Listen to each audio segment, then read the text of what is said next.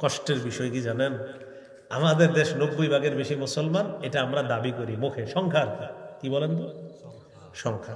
এই সংখ্যা নিয়ে আমার দ্বিমত নাই আমার, মানে এটা নিয়ে লম্বা একটা লেখা আছে যে শুধু সংখ্যা, আমরা সংখ্যাতে এগিয়ে আছি, কি 90 ভাগের বেশি মুসলমান আমরা, এটা মানে গর্বের সাথে বলি। এটা যদি বিদেশের কেউ শুনে এরা ভাববে এই দেশে মনে হয় কোনো ধরনের অপকর্ম হয় না যেখানে 90 ভাগের বেশি মুসলমান, অথচ বেচারা জানেও না এই যে দেশ সবই হয়।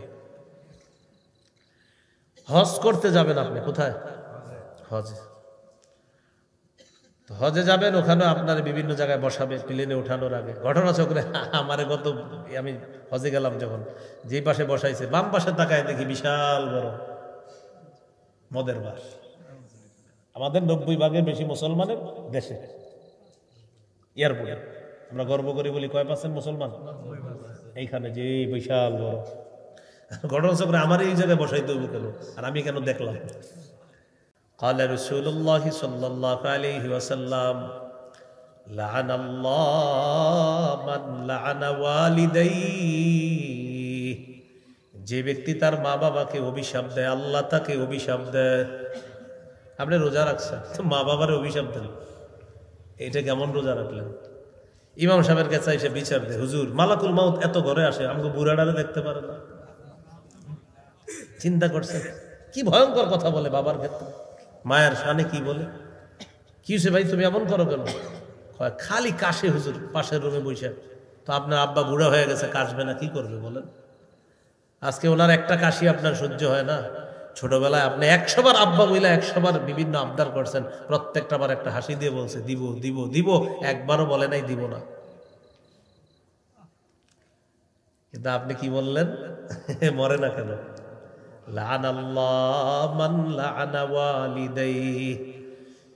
মা বাবাকে যে অভিশাপ দেয় আল্লাহ তাকে অভিশাপ দেয়, এটা ভয়ঙ্কর একটা গুনাহ, ভয়ঙ্কর পাপ।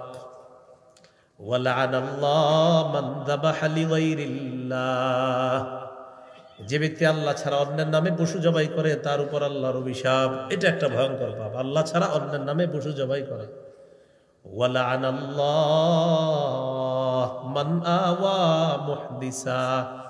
যে ব্যক্তি কোন বেদাতিকে আশ্রয় দেয় তার উপর আল্লাহর অভিশাপ। আপনি আপনার এলাকার 1 গন্ডা জমি, গন্ডা না কাটা এদিকে শতাংশ, আচ্ছা শতাংশ, যাই হোক ঠিক আছে, শতাংশ 2-3 শতাংশ জায়গা দিয়ে দিলেন কোন বেদাতিকে। কেন? একটা আস্তানা বানান, আমরা 2 জনে মিলাজিলা বেদাত সাপ্লাই দিল। এই যে আপনি আশ্রয় করে দিলেন, আপনার উপর অভিশাপ, যারে করে দিলেন তার উপর অভিশাপ, কিন্তু আপনি রোজা রাখতেছেন। কিন্তু কোনো বেদাতিকে আপনি আশ্রয় দিলেন, আপনার উপর অভিশাপ। শুধু তাই না, এই মিম্বরে যদি কোনো বেদাতিকে বসায়া দেন আর তাকে কথা বলার সুযোগ করে দেন, এখানে কোনো বেদাতিকে বসায়া দিলেন, কি জন্য? যে সে কিছুক্ষণ আমাদের কিনে নাচবে গাইবে টাইবে, এই নিয়তে বসায়া দিলেন। যারা যারা আয়োজন করছেন সবগুলোর উপর আল্লাহর অভিশাপ। وَلَعَنَ اللَّهُ مَنْ غَيَّرَ مَنَارَ الْأَرْضِ, যে ব্যক্তি জমিনের আইল পরিবর্তন করে, জমিনের নিশানা পরিবর্তন করে, তার উপর আল্লাহর অভিশাপ। খাম্বা ছিল এখানে, হাজী সাহেব রোজাও রাখছে, খাম্বা কোথায় এখানে? হঠাৎ খাম্বা এখানে চলে এসেছে। হাজী সাহেব খবর কি, খাম্বাটা এখানে আসলো কেন? তো বলতেছে টেনশন করেন না, তো খাম্বা এখানে আসলো কেন? পাওয়ারে আছে। কিসে আছি? পাওয়ারে। কতক্ষণ? যতক্ষণ আছে এখানে থাকবে। তো চলে যাবে কখন? পাওয়ার গেলে আবার এখানে এসো।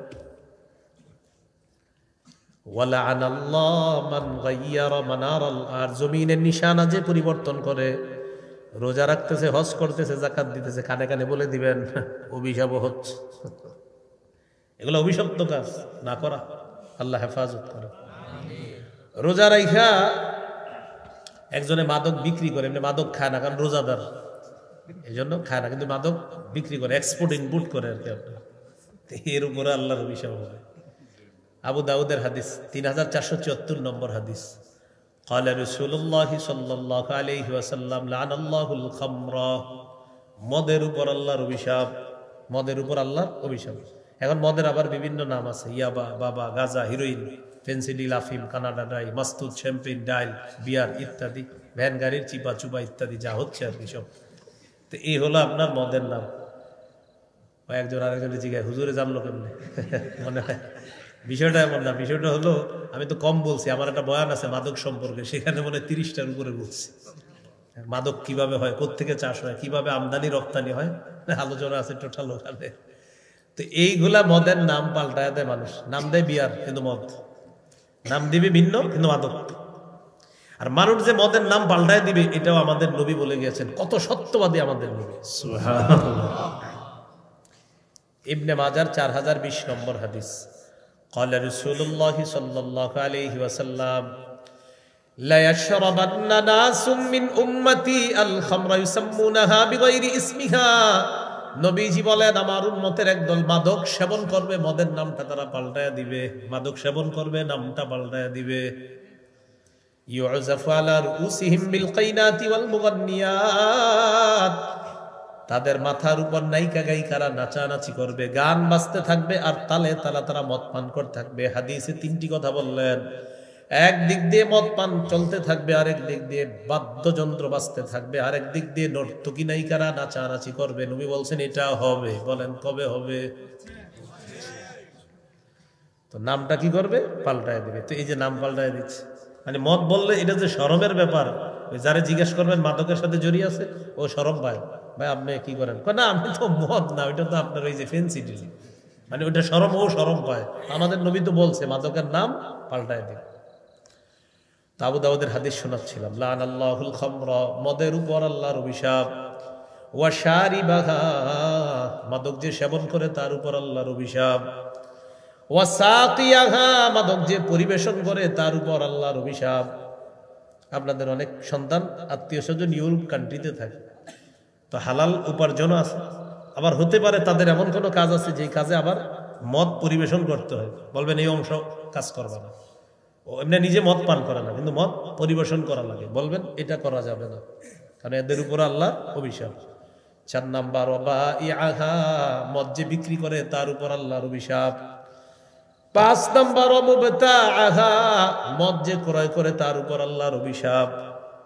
হাতে তাসবিহ আছে, মনে করেন ভালো মানুষ, এরকম মাইকে 2-3 মিনিটের বক্তব্য দেওয়ার সুযোগ নেই মাহফিলে এসে, তো বলবে ভাইজান আমরা এই পুরা মুন্সিগঞ্জ এলাকাকে, মুন্সিগঞ্জ তো নাকি, মুন্সিগঞ্জকে মাদক মুক্ত করবো, এই জন্য আপনারা যারা আছেন মুরব্বী আর যারা যুবকরা আছো তোমাদের সমর্থন চাইতেছি। তো সবাই কয় ঠিক, পরে খোঁজ নিয়ে দেখা যায় হ্যাঁ এটার সাথে যদি আছে, হ্যাঁ এটা তো সঠিক হলো না বিষয়টা, অথচ উনি সব কাজ ভালো ভালো কাজ করতেছে কিন্তু আড়ালে এই কাজগুলা চলছে, তো এটা তো সঠিক হলো না। ওয়াবাইআহা ওয়ামুবতাআহা, যে মদ বিক্রি করে তার উপর আল্লাহর অভিশাপ। ওয়ামুবতাআহা, যে মদ ক্রয় করে তার উপর আল্লাহর অভিশাপ। 6 নাম্বার, ওয়াসিরাহা, যে মদ পরিশোধন করে, যে মদ উৎপাদন করে তার উপর আল্লাহর অভিশাপ। 7 নাম্বার, ওয়ামুতাসিরাহা, যে মদ পরিশোধন করে, এটার নাম দেয় বাংলা মদ বা বিভিন্ন মদ নাম দেয়, তার উপর আল্লাহর অভিশাপ। 8 নাম্বার, ওয়াহামিলাহা, মদ যে বহন করে নিয়ে যায় তার উপর আল্লাহর অভিশাপ। যারা ড্রাইভিং করে জেনে শুনে যদি মাদক দ্রব্য বহন করে, বাস আল্লাহর অভিশাপ জেনে শুনে। 9 নাম্বার, আল মাহমুলাতা ইলাইহি, যার কাছে মদ বহন করে নিয়ে যাওয়া হয় তার উপর আল্লাহর অভিশাপ। বলি নাউযুবিল্লাহ। কষ্টের বিষয় কি জানেন, আমাদের দেশ 90% বেশি মুসলমান, এটা আমরা দাবি করি মুখে, সংখ্যার কি বলেন তো, সংখ্যা। এই সংখ্যা নিয়ে আমার দ্বিমত নাই, আমার মানে এটা নিয়ে লম্বা একটা লেখা আছে যে শুধু সংখ্যা, আমরা সংখ্যাতে এগিয়ে আছি, কি 90% বেশি মুসলমান আমরা, এটা মানে গর্বের সাথে বলি। এটা যদি বিদেশের কেউ শুনে এরা ভাববে এই দেশে মনে হয় কোনো ধরনের অপকর্ম হয় না যেখানে 90% বেশি মুসলমান, অথচ বেচারা জানেও না এই যে দেশ সবই হয়। হজ করতে যাবেন আপনি, কোথায়? হজে। হজে যাবেন, ওখানে আপনার বিভিন্ন জায়গায় বসাবে প্লেনে ওঠানোর আগে। ঘটনা চক্রে আমারে আমি হজে গেলাম যখন, যেই পাশে বসাইছে বাম পাশে তাকায় দেখি বিশাল বড় মদের বাস। আমাদের 90% বেশি মুসলমানের দেশে এয়ারপোর্টে আমরা গর্ব করি বলি কয় % মুসলমান, এইখানে যে বিশাল বড় ঘটনা চক্রে আমার এই জায়গায় বসাইতে হইব কেন, আর আমি কেন দেখলাম? তো এই হলো আপনার চলতেছে। আল্লাহ হেফাজত করেন। তো এই যে আপনার অপরাধগুলা, এখন একজনের রোজা রাখছে, আহ্বানকারী ডাইকে ডাইকে বলতেছে, এই ভালো কাজের অন্বেষণকারী সামনে বাড়ো, আর খারাপ কাজ যারা করো থামো থামো। তো উনি রোজা রাখে, লাল কাপড় লাগায় বিরিয়ানি বেচতেছে। উনি রোজা রাখতেছে, উনি দিনের বেলা লাল কাপড়ের আড়ালে রিক্সাওয়ালাদেরকে চা খাওয়াইতেছে, বন খাওয়াইতেছে। তো এই যে কাজটা করতেছেন, একদিক দিয়ে সে রোজাদার, কিন্তু ফেরেশতা ডাইকা বলে, আরে থামো, তুমি কি করতেছো এগুলা? তুমি তো সংযত হবা, তুমি তো উল্টা নাফরমানি করতেছো। তুমি সংযত হবা, তুমি নাফরমানি করছো কেন? এই প্রতি রাতে আপনার প্রথম রাত থেকে শুরু হয় এইভাবে আহ্বান করতে থাকে, আহ্বান করতে থাকে, হে কল্যাণ অন্বেষণকারী তুমি আগে বেড়ে যাও, অকল্যাণ অন্বেষণকারী তুমি এবার থামো। উনি রমজানের আগেও যে অপরাধগুলো করতো, রমজান মাসে রোজা রাখতেছে ঠিক, কিন্তু ওই অপরাধ তার চলমান। তো কি হলো? আল্লাহ আমাদেরকে হেফাজত করেন। তো বলছিলাম রমজান মাস আগে বেড়ে যাওয়ার মাস, সংযত হওয়ার মাস। রমজান মাস নেকি বহুগুণে বৃদ্ধি পাওয়ার মাস, সওয়াব বহুগুণে বৃদ্ধি পাওয়ার মাস। এক মহিলা আনসারী নারী, রাসূল সাল্লাল্লাহু আলাইহি সাল্লাম তাকে বললেন, ক্বালা রাসূলুল্লাহ সাল্লাল্লাহু আলাইহি ওয়াসাল্লাম লিইমরাআতিন মিনাল আনসার ই'তামিরি ফাইন্না উমরাতান ফীহি তা'দিলু হাজ্জাতান। আনসারী নারীকে নবী বললেন, তুমি রমজান মাসে উমরা করো, রমজানে উমরা করা হজের সমতুল্য হয়ে যায়। রমজানে উমরা করা হজের সমতুল্য হয়ে যায়। আরেক বর্ণনা আছে, উমরাতুন ফি রমাদান কাহাজ্জাতিন মাই। রমজানে উমরা করা আমি নবীর সাথে হজ করার মতো। এই জন্য চান্সটা যাদের সুযোগ আছে নিয়েন, রমজানে উমরার চান্স নেওয়ার চেষ্টা করবেন, যে রমজান মাসে উমরা করবেন। আল্লাহ তৌফিক দান করেন। এই হলো আপনার রমজান মাস কেন শ্রেষ্ঠ। হ্যাঁ, হাদিস। তো রাসূলুল্লাহ সাল্লাল্লাহু আলাইহি সাল্লাম সুন্দর কথা বলছে। ও এক মহিলাকে বলছে, রমজানে উমরা করো, রমজানে উমরা হজের সমতুল্য। তো জিজ্ঞাসা করছে হাদিস কিনা? হাদিস। নবীজি বলছেন রমজানে উমরা আমার সাথে হজ করার মতো। তো এই জন্য রমজানে যাদের সুযোগ হয় উমরা করা, আল্লাহ তৌফিক দান করেন। এই হলো রমজান মাস, নেকির মাস, কোরআন নাজিলের মাস, সওয়াব বহুগুণে বৃদ্ধির মাস। রমজান মাসের প্রথম রাত যখন শুরু হবে, রমজান মাস শুরু হয়ে গেল, পরের দিন রাখবেন আপনি রোজা। আরবিতে সৌম বা সিয়াম বলা হয়। সৌমের আবিধানিক অর্থ হলো আল ইমতিনা, বিরত থাকা। এটার আরেকটা অর্থ হলো কথা বলা থেকে বিরত থাকাকেও সৌম বলা হয়, চুপ, এটাকেও সৌম বলা হয়। যেমন সূরা মারিয়ামে আছে, মারিয়াম আলাইহাস সালাতু ওয়াস সালামের সন্তান ঈসা নবী যখন দুনিয়াতে আসলেন, উনি টেনশনে পড়ে গেলেন, আমার এখন কি হবে, আমি কিভাবে মানুষের সামনে যাব। ইয়া লাইতানি মিত্তু ক্বাবলা হাযা, হায় আমি যদি মারা যাইতাম এই দৃশ্য দেখার আগে। মানে উনি বলতেছে, মানুষ আমারে বলবে তোমার বিয়ে হয় নাই, তোমার কোনো খারাপ রেকর্ডও নাই, তোমার ছেলে হইল কিভাবে, আমি এখন কিভাবে মুখ দেখাবো। মারিয়ামের আম্মা টেনশনে আছে। আল্লাহ তাআলা বলে দিলেন, ফাইম্মা তারাইন্না মিনাল বাশারি আহাদান ফাকুলি ইন্নী নাযারতু লিররহমানি সাওমা ফালান উকাল্লিমাল ইয়াওমা ইনসিয়া। ঈসাকে নিয়ে যখন মানুষের সামনে যাবা, যখন কোনো মানুষ দেখবা, তখন তুমি ওই মানুষরা যখন তোমাকে জ্বালাতন করবে, তখন বলবা ইন্নী নাযারতু লিররহমানি সাওমা, আমি রহমানের জন্য কথা না বলার মানত করেছি। ফালান উকাল্লিমাল ইয়াওমা ইনসিয়া, আজ আমি কোনো মানুষের সাথে কিছুতেই কথা বলতে পারবো না। তাহলে সৌমের আরেকটা অর্থ কথা বলা থেকে বিরত থাকা। এই যে উনি বলতেছেন সৌমা, কথা না বলার মানত করেছি আল্লাহর জন্য। আমাদের বাংলাদেশের যদি একটা নিয়ম হইতো এরকম, রোজাদার যারা, এরা খানা থেকেও জিহ্বারে চুপ রাখবে আর কথা বলা থেকেও চুপ থাকবে। হ্যাঁ, সুন্দর হইতো। আপনার মানে খানা খায় না ঠিক, কিন্তু এটা দিয়ে যা করে। আপনার জুতা কত রমজানে জিজ্ঞাসা করে, কয় 800। বেড়া আমি তোর বন্ধু মানুষ, 780 টাকা দে। 750 দিলে হয় না? তুই আমার বন্ধু মানুষ, এই জন্য 780 বলছে। কিনাই আছে এটা 700 টাকা, দোস্ত রমজান মাস বুঝুস না এরকম। পরে কয় হ্যাঁ আল্লাহর কসম কিনা আছে 700 করে, খোঁজ নিয়ে দেখা গেছে 300 করে কিনা। আপনি আল্লাহর কসমটা কেন বললেন? হ্যাঁ, কসম না খাওয়া পর্যন্ত যা কওয়ার কইতে না, কসমও খাইয়া লাইছে। আবার একটা মিছা কথা যেটি কইতেছে, আবার কসম খাই বলছে, তো কাফারা নগদ কসম, মানে এটা মানে মুখে বাঁধেও না। বলে ফেলতেছে দেদার্স সোয়েটার কত 1200 1100 দিলে হয় না, কি নাই আছে 1050। তো আপনি সোয়েটার গোডাউনে গেছেন, শোনেন কি 400 করে কিনা। একটা হলো আসলেই যদি 1050 করে কিনা হয় তাহলে সত্য কথা, কিন্তু কিনা যদি 400 হয় 500 হয়, কিন্তু আপনি বললেন বাড়ি, তাহলে সত্য হলো না মিথ্যা? মিথ্যা হলো।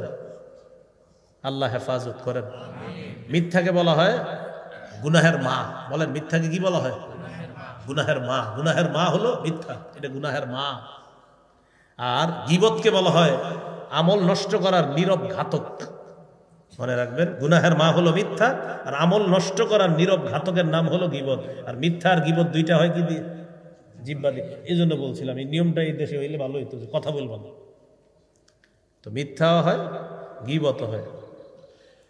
এখন আসেন, নবীজি বলেন রমজান হলো, রমজানের রোজাগুলা হলো জাহান্নাম থেকে বাঁচার ঢাল। যতক্ষণ এই ঢাল ছিদ্র না হবে, রমজানের এই রোজা নামক ঢাল ছিদ্র হয় দুটি অপরাধে, মিথ্যা আর গীবত। তো বলছিলাম মিথ্যা হলো সমস্ত অপরাধের মা, গীবত হলো নীরব ঘাতক, আপনার আমল নষ্ট করার। মজার ব্যাপার, এই দুইটাই হয় জিহ্বা নামক অঙ্গের মাধ্যমে। তাহলে জিহ্বা নিয়ন্ত্রণ করা, হ্যাঁ। তাহলে আবার আগের কথাগুলো ফিরে আসি। কোরআন তেলাওয়াত করা, আরো অনেকগুলো কথা বলা হয়েছে। এখন নতুন কথা হলো জিহ্বাটা নিয়ন্ত্রণ করা আজকে থেকে। আল্লাহ তৌফিক দান করেন। তিরমিজির হাদিস 2406 নম্বর হাদিস, 2406। উকবা ইবনে আমির রাদিয়াল্লাহু তাআলা রাসূলুল্লাহ সাল্লাল্লাহু আলাইহি সাল্লামের কাছে জানতে চাইলেন, মান নাজাতু ইয়া রাসূলুল্লাহ, ইয়া রাসূলুল্লাহ মুক্তির উপায় কি আমি আপনার কাছে জানতে চাই। আল্লাহ নবী বললেন মুক্তির উপায় অনেকগুলোর মধ্যে উল্লেখযোগ্য উপায় হলো 3টি। মুখস্থ করি, মুক্তির উপায় কয়টি? 1 নাম্বার আমসিকা আলাইকা লিসানাক, জিহ্বা নিয়ন্ত্রণ করবা। 2 নাম্বার আল্লাসাকা বাইতুকা, তোমার ঘর যেন তোমার জন্য প্রশস্ত হয়ে যায়। এর মানে হলো কাজ থেকে তাড়াতাড়ি ঘরে ফিরবা, কাজ থেকে তাড়াতাড়ি ঘরে ফিরবা। 6টা বাজে বাসায় যাওয়ার কথা, রাত 10টা 11টা বাজে আপনি বাসায় যান না। স্ত্রী ফোন দেয় কোথায়, বন্ধুদের সাথে আড্ডাবাজি করতেছি। না না, আড্ডাবাজি করা যাবে না, হয়তো কাজে না হয় বাসায়, হয়তো কাজে না হয় বাসায়। বাসায় থাকবেন, স্ত্রী সন্তান মা বাবার সামনে যে গুনাহগুলো আপনি করতে পারবেন না, বাহিরে থাকলে ওই গুনাহগুলো আপনার জন্য সহজ হয়ে যাবে। নবী বলেন 2 নাম্বার, ঘর যেন তোমার জন্য প্রশস্ত হয়, ঘরে থাকবা। মুক্তির উপায়, ঘরে থাকবা, বেশি বেশি ঘরে থাকবা। বর্তমানে আপনার এই যান্ত্রিক যন্ত্রণাটা আইসা বিবি সন্তান এদের থেকে পুরো আলাদা করে দিচ্ছে। ঘরে গেলেও কি করে জানেন না, অভিযোগ আসে স্ত্রী সন্তানদেরকে সময় না দিয়ে বারান্দায় বসে থাকে। আপনার বাচ্চাটার সাথে একটু খেলেন না, একদিন দেখেন ও কত মজা পায়, আরাম পায়। একদিন ওরে বসে পড়ান, সরু সরা রশ্মি দীর্ঘি ইংরেজিতে ABCD, ওর যদি নাও হয় তাও বলবেন সুন্দর হয়েছে, আমার চেয়ে সুন্দর, আসলে সুন্দর হয়নি, সে খুশি, মহা খুশি সে। এই ঐতিহ্যগুলো আগে পরিবারে ছিল, এখন আর নাই। এখন থাকবে কিভাবে? ওই যে বাচ্চারে পড়াবে না, ওরে একটা দিয়ে ওই কোনায় বসায় রাখছে, মেয়েরে দিয়ে ওই কোনায় বসায় রাখছে। স্ত্রীও আবার রান্না করতেছে দেখে দেখে। কিভাবে করবেন বলেন? কথাগুলো কি বাস্তব কিনা? কিভাবে বলে মহব্বত ভালোবাসা হবে কিভাবে? পারিবারিক বন্ধনগুলো কিভাবে আনে? দেখেন বন্ধনটা কোনায় কোনায় চলে গেল, ছেলে এক কোনায়, মেয়ে আর এক কোনায়, স্ত্রীও রান্না করতেছে দেখে দেখে, আপনিও মোবাইল চালাইতেছে। তো আপনি যেটা বন্ধনের মধ্যে ছিলেন, কেন স্ত্রী রান্না করতেছে তার সাথে গিয়ে আপনি রান্নার কাজে দেখেন, আপনি আলুটা আগায়া দেন, আপনি একটু করেন। হাদিসে আসছে আম্মা জান আয়েশা সিদ্দিকা রাদিয়াল্লাহু তাআলা আনহা বলেন, নবীজি ঘরের কাজে আমাদের সহযোগিতা করতেন। তো আপনি কেউ হয়ে গেছেন যে আপনি ওই কাজে সহযোগিতা করবেন না? এ হলো আমাদের অবস্থা। পারিবারিক বন্ধনগুলা একদম যান্ত্রিক যন্ত্রণাটা শেষ করে দিচ্ছে। আমি এটার নাম দিয়েছি যান্ত্রিক যন্ত্রণা। হ্যাঁ, যান্ত্রিক যন্ত্রণা। আমসিক আলাইকা লিসানাক, জবান নিয়ন্ত্রণ করো। 2 নাম্বার ওয়ালিয়াসাকা বাইতুকা, তোমার ঘর যেন তোমার জন্য প্রশস্ত হয়, ঘরে থাকবা, স্ত্রীর সামনে থাকবা, মা বাবার সামনে থাকবা, সন্তানের সামনে থাকবা। 3 নাম্বার অবকি আলা খতিআতি, গুনাহের কথা স্মরণ করে বেশি বেশি কান্নাকাটি করবা। 3টা অভ্যাস তুমি ধারণ করে নাও, মুক্তি তোমার জন্য সহজ হয়ে যাবে। তিরমিজির 2407 নম্বর হাদিস। এই হাদিসটি আমি বলি আর কি, পরামর্শ স্বরূপ বলি যে এই হাদিসটি সবাই প্রতিদিন স্মরণ করবেন, পারলে লিখে রেখেন, পকেটে রেখে দিবেন আর দেখবেন। ক্বালা রাসূলুল্লাহ সাল্লাল্লাহু আলাইহি ওয়াসাল্লাম, ইযা আসবাহা ইবনু আদম ফাইন্নাল আযা কুল্লাহা তুকাফফিরুল লিসান। আদম সন্তান যখন সকালবেলা ঘুম থেকে ওঠার পর সমস্ত অঙ্গ প্রত্যঙ্গগুলা জিহ্বারে ডাক দেয়, পা জিহ্বাকে ডাক দেয়, হাত জিহ্বাকে ডাক দেয়, কান চোখ নাক সবাই জিহ্বাকে ডাক দিয়ে বলে ও জিহ্বা। জিহ্বাকে ডাক দিয়ে কায়ে মনোবাক্যে সমস্ত অঙ্গ প্রত্যঙ্গ গুলো বলে ও জিহ্বা ইত্তাকিল্লাহ ফিনা, তুমি আমাদের ব্যাপারে আল্লাহকে ভয় করো, তুমি আমাদের ব্যাপারে আল্লাহকে ভয় করো। ফাইন্নামা নাহনু বিকা, আমরা তোমার দ্বারা নিয়ন্ত্রিত। হাত পা অন্যান্য অঙ্গ প্রত্যঙ্গ জিহ্বাকে বলে ও জিহ্বা তুমি আমাদের ব্যাপারে আল্লাহকে ভয় করো, আমরা তোমার দ্বারাই নিয়ন্ত্রিত। ফাইন ইস্তাকামতা ইস্তাকামনা, তুমি যদি সোজা থাকো আমরা সোজা। ওয়া ইন ইআওয়াজাজতা ইআওয়াজাজনা, তুমি বাঁকা হয়ে গেলে আমরাও বাঁকা।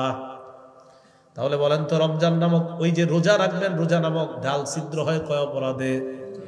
1 নাম্বার মিথ্যা, 2 নাম্বার গীবত। মিথ্যা গীবত হয় কিসের মাধ্যমে? জিহ্বা। জিহ্বা নামক এই অঙ্গটাকে বস মানে কারা? সব অঙ্গ, সমস্ত অঙ্গগুলা বস মানে জিহ্বাকে। জিহ্বা তুমি বস, তুমি ঠিক থাকলে আমরা ঠিক, তুমি বাঁকা হলে আমরা বাঁকা, সবাই বলে। তিরমিজির 2408 নম্বর হাদিস, 2408। قال رسول الله صلى الله عليه وسلم من يتكفل لي ما بين لحييه وما بين رجليه اتكفل له بالجنه। কোন ব্যক্তি যদি দুটি অঙ্গের নিশ্চয়তা আমাকে দিয়ে দেয়, 1 নাম্বার 2 চোয়ালের মাঝে জিহ্বা আর 2 রানের মাঝে লজ্জাস্থানে, 2টা দিয়ে সে অপরাধ করবে না, এটার নিশ্চয়তা যদি আমাকে দিয়ে দেয়, আমি নবী তাকে জান্নাতে নেওয়ার জিম্মাদার হয়ে যাব। তিরমিজি 2409 নম্বর হাদিস। ক্বালা রাসূলুল্লাহ সাল্লাল্লাহু আলাইহি ওয়াসাল্লাম মান ওয়াকাহুল্লাহু শাররা মা বাইনা লাহইহি ওয়া মা বাইনা রিজলাইহি দাখালাল জান্নাহ। কোন ব্যক্তিকে যদি আল্লাহ মুখের অপরাধ আর লজ্জাস্থানের অপরাধ থেকে হেফাজত করে বাঁচায়, সে মরবে, জান্নাতে প্রবেশ করবে।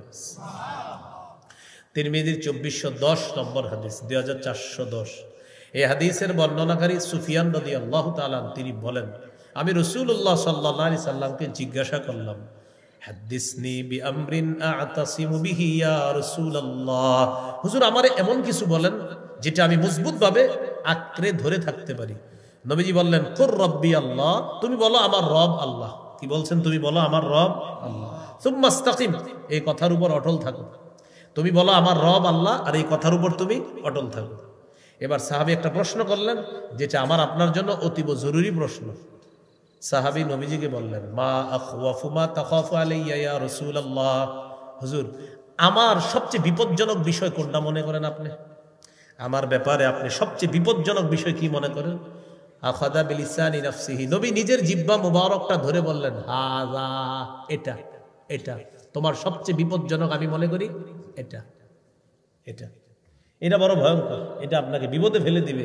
এটা এমন এক ভয়ঙ্কর জিনিস, এক কথায় সাজানো সংসার শেষ, 16 বছর নষ্ট হয়ে গেছে এক কথা। এই জন্য এটা বড় বিপজ্জনক, আপনার এমন বিপদে ফেলবে, এই বিপদ থেকে উদ্ধার হওয়া মুশকিল হয়ে যাবে। আল্লাহ বুঝার তৌফিক দান করেন। না এটা হাসির ছলে নিবেন না, এটা উপদেশ গ্রহণ করেন যে আসলে ভয়ঙ্কর এটা। তিরমিজির হাদিস 2616 নম্বর হাদিস, 2616।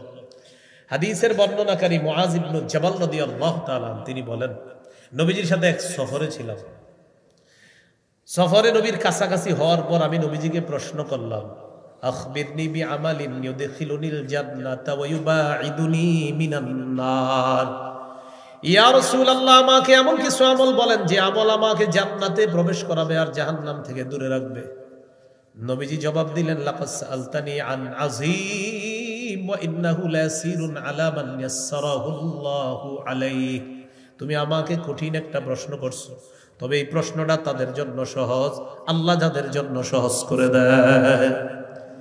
কঠিন একটা প্রশ্ন করেছো, তবে প্রশ্নটা তাদের জন্য সহজ, যাদের জন্য আল্লাহ সহজ করে দেয়। তো রাসূলুল্লাহ সাল্লাল্লাহু আলাইহি সাল্লাম বললেন, তা'বুদুল্লাহ লা তুশরিকু বিহি শাইআ, আল্লাহর ইবাদত করবা, শিরিক করবা না।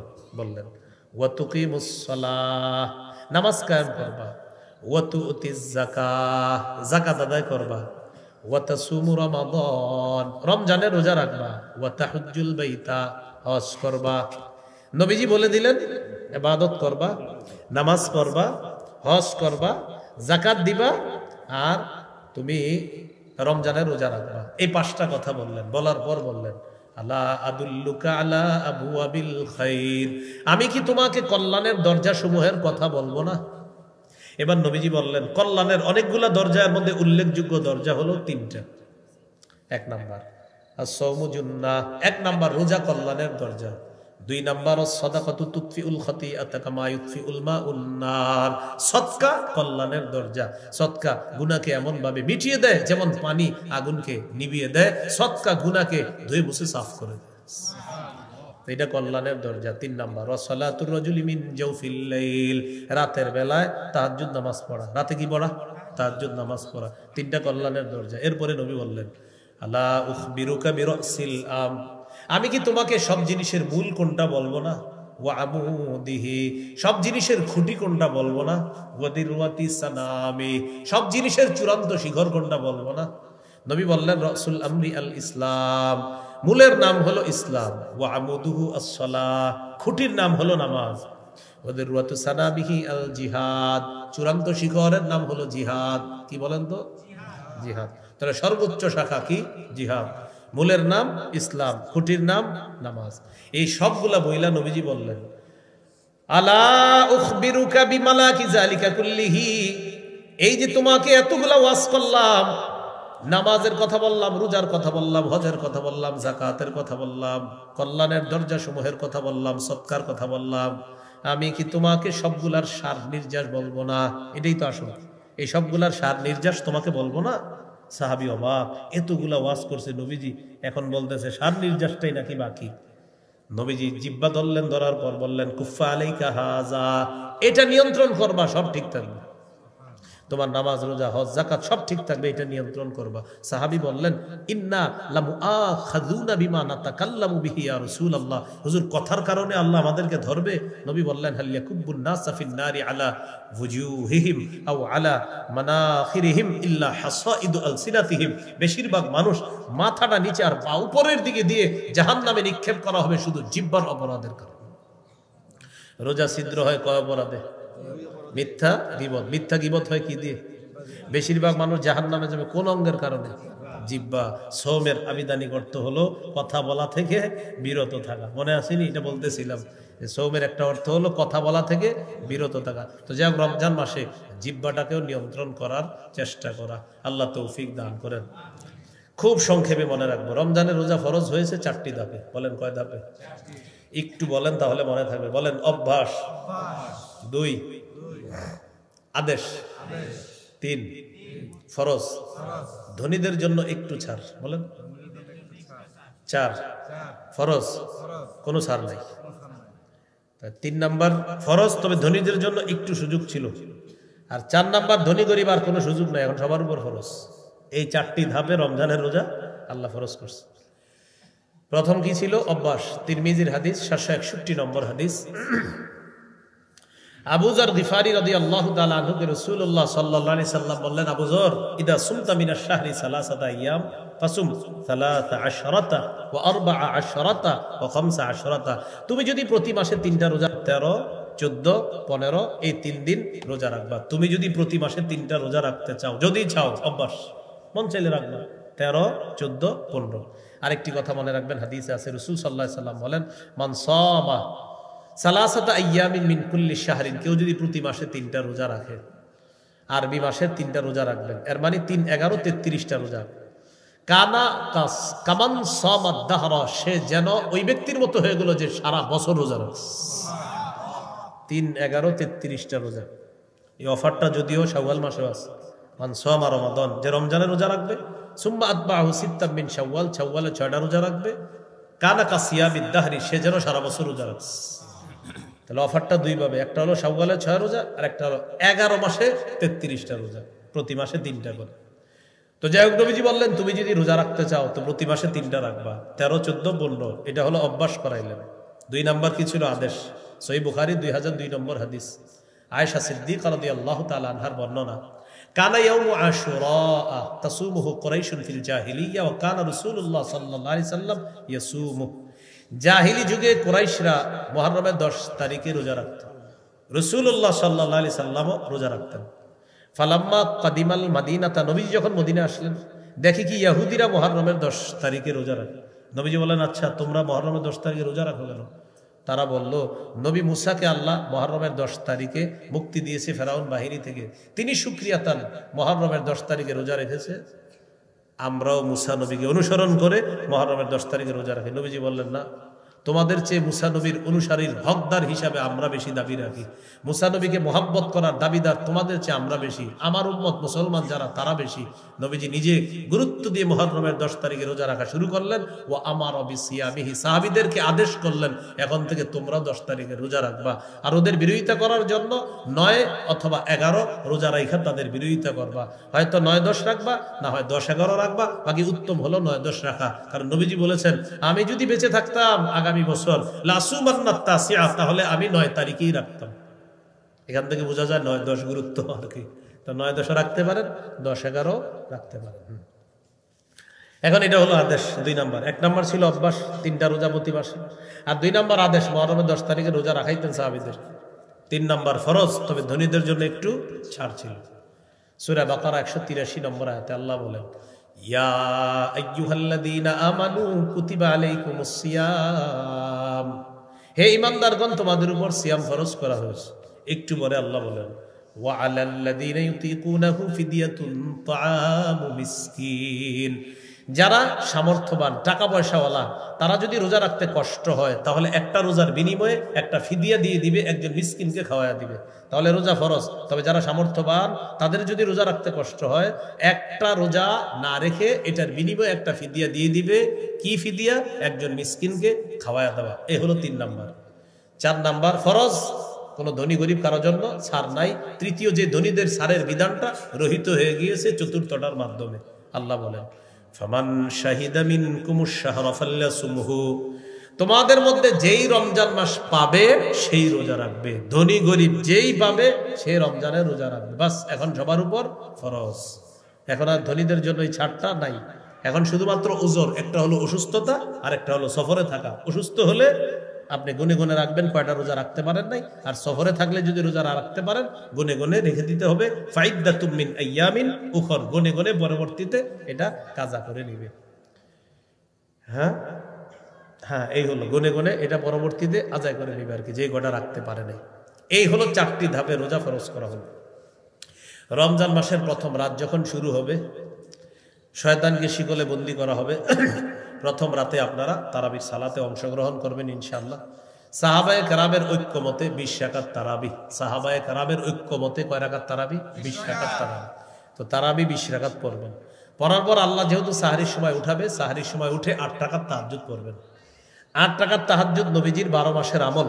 আর তারাবি 20 রাকাত, এটা সাহাবায়ে কেরামের ঐক্যমতে এটা রমজানের আমল। আর 8 রাকাত তাহাজ্জুদ এটা হলো পুরা বছরের আমল। আপনি চাইলে আজকে রাতেও 8 রাকাত তাহাজ্জুদ পড়তে পারেন। এখন কথা হলো, হুজুর রমজানে কেন পড়বো? রমজানে যেহেতু সাহরির সময় উঠতেছেন, এই জন্য সাহরির সময় উঠা চেষ্টা করবেন 8 রাকাত পড়তে। না পারলে 6, না পারলে 4, না পারলে 2 যেন মিস না হয়। চেষ্টা করবেন 8 রাকাত পড়তে। তো যাই হোক, 20 রাকাত তারাবি পড়বেন। কেন? সাহাবায়ে কেরামের ঐক্যমত 20 রাকাতের উপর। আর 8 রাকাত তাহাজ্জুদ পড়বেন, এটা নবীর 12 মাসের আমল। কিন্তু 12 মাস যদিও পারেন না ব্যস্ততার কারণে বা কোনো কারণে, রমজানে যেহেতু সাহরির সময় উঠি এই জন্য 8 রাকাত তাহাজ্জুদ আমরা পড়ে নিব ইনশাআল্লাহ। সাহরি খাবেন, সাহরি কি করবেন? খাবেন। হ্যাঁ, এটা মিস করবেন না। অনেকে আবার চিন্তা করে আমি সাহরি রাখায় রোজা রেখা দেখায় দেবো যে আমি কি জিনিস। এরকম করা দরকার নেই, আপনি খায়েন। বুখারীর বর্ণনা 1921 নম্বর হাদিসের মধ্যে আছে, যায়েদ ইবনে সাবিত রাদিয়াল্লাহু তাআলা আনহু বলেন, তাসাহহারনা মা রাসূলিল্লাহি সাল্লাল্লাহু আলাইহি ওয়াসাল্লাম, আমরা নবীজির সাথে সাহরি খেয়েছি। সুবহানাল্লাহ। বুখারীর 1923 নম্বর হাদিস, নবীজি বলেন, তাসাহহারু, তোমরা সাহরি খাও। ফাইন্না ফিস সাহুরি বারাকাতান, সাহরির মধ্যে বরকত আছে। নবীজি বলেন, ইন্নাল্লাহা ওয়া মালাইকাতাহু ইউসাল্লুনা আলাল মুতাসাহহিরিন, যারা সাহরি খায় তাদের উপর আল্লাহ রহমত নাজিল করেন।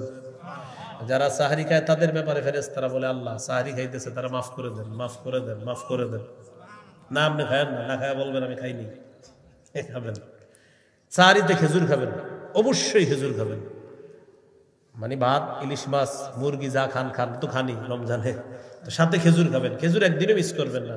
যেদিন থেকে এই হাদিস পেয়েছি আলহামদুলিল্লাহ সাহারিতে কখনো খেজুর মিস হয় না। قال رسول الله صلى الله عليه وسلم নি'মা সাহুরুল মুমিনি আত-তামার, মুমিনের কতই না উত্তম সাহরি হলো খেজুর খাওয়া। খেজুর মুমিনের জন্য কতই না উত্তম খাদ্য। সাহরিতে মুমিন খেজুর খাওয়াটা, নবী বলেন এটা কতই না উত্তম খাদ্য যে মুমিন সাহরিতে খেজুর খাবে। আজকে দেখে প্রশ্ন করবো না কেন, নবী খাইছে খাবো, বাস সোজা কথা। আর যদি বিজ্ঞান সায়েন্স সম্মত আপনি গবেষণা করেন তাহলে উপকারিতার শেষ নাই খেজুরের। তো রমজানে খেজুরের চাহিদা বাড়ার কারণে ব্যবসায়ীরা এটার দাম বাড়ায় দেয়। আর রমজানের শেষের দিকে গরম যখন হবে তরমুজগুলা গোডাউন করে রাখবে, গুদামজাত করে রাখবে, পরে দাম বাড়াবে। এটা ঠিক না, এগুলো অন্যায়, আল্লাহ হেফাজত করেন। তো সাহারি খাবো, বাস দিনের বেলা রোজা রাখা শুরু হয়ে গেল। রমজানে দিনের বেলা মুখ যদি খালি কিলবিল করে কথা বলার জন্য, তখন বলবেন সুবহানাল্লাহ সুবহানাল্লাহ, মানে খালি কথা বলতে মন চায় আপনার, সুবহানাল্লাহ বলবেন 100 বার। জিব্বারে বলবেন তুমি খালি কথা বলতে চাও, সুবহানাল্লাহ বলো 100 বার। এরপর 100 বার পড়ার পরে জিব্বা খালি মন চাই আর একটু বলি আলহামদুলিল্লাহ, আলহামদুলিল্লাহ পড়তে থাকবেন। জিব্বা আবার মন চায় কথা বলতে, আল্লাহু আকবার করবেন। জিব্বা আবার মন চায় আমি কথা বলবো, লা ইলাহা ইল্লাল্লাহ করবেন। জিব্বা খালি আপনার এইরকম খালি নড়বে, আরে কথা বল, তখন বলবেন আস্তাগফিরুল্লাহ আস্তাগফিরুল্লাহ আস্তাগফিরুল্লাহ। জিব্বা আপনার নিয়ন্ত্রণ দিচ্ছে না, বাস একদম বেশি ফাইজলামি করলে জিব্বা যদি ঝামেলা করে কোরআন খুইলা বসে যাবেন যে ঠিক আছে জিব্বা তুমি শিখতে হও, কোরআনের মাধ্যমে তেলাওয়াত করা শুরু করবেন। এরপরেও আপনার খালি জিব্বা খালি নড়তেছে, একটু কথা বলবো, ঘুমায় থাকবেন। কারণ ওই যে ছিদ্র হয়ে যায় রোজা, কয় অপরাধ, 2 মিথ্যা গীবত। আর মিথ্যা গীবত জিব্বা দিয়ে ও যে কি শুরু করবে, কোন দিকে যাবে আপনার খবর নাই। এখন রমজানের দিনের বেলা যখন আপনি তেলাওয়াত করবেন, ইবলিস তো রমজানে নাই, তবে ইবলিস দায়িত্ব বুঝাই দিতেছে এখনই অনেককে, তারা রমজানে আপনাকে ডিস্টার্ব করবে। আপনি তেলাওয়াত করতে বসবেন, নিয়ত করবেন 3 বার পড়বেন, হঠাৎ পিছন দিয়ে একদিনকে বলল আসসালামু আলাইকুম, আপনার কি দরকার আছে আর এখন সালাম দেওয়া, দেখতেছেন না তেলাওয়াত করতেছে, হ্যাঁ? তো যাক সালাম দেওয়ার পরে তো আপনি তাকাইছেন, ভাই কি হয়েছে, একটু কথা বলতে আসছিলাম, আমি তো 3 বার বললাম, আচ্ছা বইরেন একটু ইয়া করবেন, তো 1 পারা বইরা বন্ধ করে ফেলছে, বাকি কয় পারা আছে ওনার আরো। তো জিজ্ঞাসা কি অবস্থা, ভালো আছেন কিনা, আলহামদুলিল্লাহ। সাহারি খাইছেন, আলহামদুলিল্লাহ। প্রশ্ন ভালোই ছিল, রোজা রাখছেন তো, আলহামদুলিল্লাহ। তো তারাবি পড়ছেন না, হ্যাঁ আলহামদুলিল্লাহ পড়ছি। তো করাঘাত পড়ছেন, পড়ছি 20 না 8, আপনি বলবেন 20ও পড়ছি 8ও পড়ছি। আরে 20 8 পড়ছেন মানে দোনোটাই, হ্যাঁ 20ও পড়ছি 8ও পড়ছি। পড়েন নাই কোনটা, বলবেন ঝগড়া করি নাই, তুমি যে নিয়তে আসছো এটা করি নাই, আসসালামু আলাইকুম। যাও, নবীজি হাদিসে বলছে ফাইন সাব্বাহু আহাদুর, ঝগড়া করতে কেউ যদি আসে তুমি বলবা ফালইয়াকুল ইন্নী মিরউন সাইম, আমি রোজাদার, ঝগড়ার সুযোগ নাই। এ নিয়ত করে আসছিল আপনারা অনেকক্ষণ বুঝাবে বিভিন্ন বিষয়, বুঝছেন? এই জন্য আপনি ওই যে বুদ্ধি করে 20ও পড়বেন 8ও পড়বেন, যদি বলে 20 বলবেন হ্যাঁ 8 হ্যাঁ দোনোটাই হ্যাঁ। 20ও পড়ছো হ্যাঁ, কেন সাহাবায়ে কেরামের ঐক্য। 8ও পড়ছো হ্যাঁ, কেন নবীজির 12 মাসের আমল, 2টাই পড়ছি। 20 পড়ছো তারাবি পড়ছি, 8 পড়ছো নবীর 12 মাসের আমল তাহাজ্জুদ, এই জন্য এটা দুটোটা পড়ছি। তো বড় নাই কি, ঝগড়া করি নাই, কোনটা বলি নাই, ঝগড়া করা যাবে না। এই জন্য রমজানে অনেক দায়িত্বশীল যারা এখন দায়িত্বগুলা বুঝে নিতেছে, ওরা দায়িত্বগুলা বুঝে রাখতেছে ওদের লিডারের কাছ থেকে, ওরা রমজানে আপনার এই দায়িত্বগুলার মাধ্যমে আপনার কোরআন থেকে বিভিন্ন ইবাদত থেকে দূরে রাখার চেষ্টা করবে। এই জন্য সুযোগ দেওয়া যাবে না, এই জন্য বুদ্ধি করে 2টাই পড়বেন, 20 টাকার তারাবি পড়বেন, 8 টাকার তাহাজ্জুদ পড়বেন, আর পরের দিন অপেক্ষা থাকবেন যে আসো আসো আসো। তোমরা যারা এরকম কিছু লোক আছে কিন্তু আসলে বলবেন হ্যাঁ জি বলেন, আপনি যে প্রশ্ন করবেন উত্তর হইলো 20ও পড়ছি 8ও পড়ছি, আর কোনো প্রশ্ন আছে বলবে এটা কি, আপনি বলবেন হ্যাঁ 20ও 8ও, ভাই কোনো প্রশ্ন থাকলে বলেন, বলবে এটাই তো করতে আসছিলাম, কারণ এটা ছাড়া কিন্তু আপনার প্রশ্ন নাই। আপনি বললেন 20ও পড়ছি 8ও পড়ছি, 20 টাকার তারাবি পড়ছি, 8 টাকার তাহাজ্জুদ পড়ছি, যেটা পড়ি নাই সেটা হলো ঝগড়া করা নিষেধ, রমজানে জিব্বারে আজাইরা পেঁচাল মারা নিষেধ। আসসালামু আলাইকুম, মনে থাকবে নি?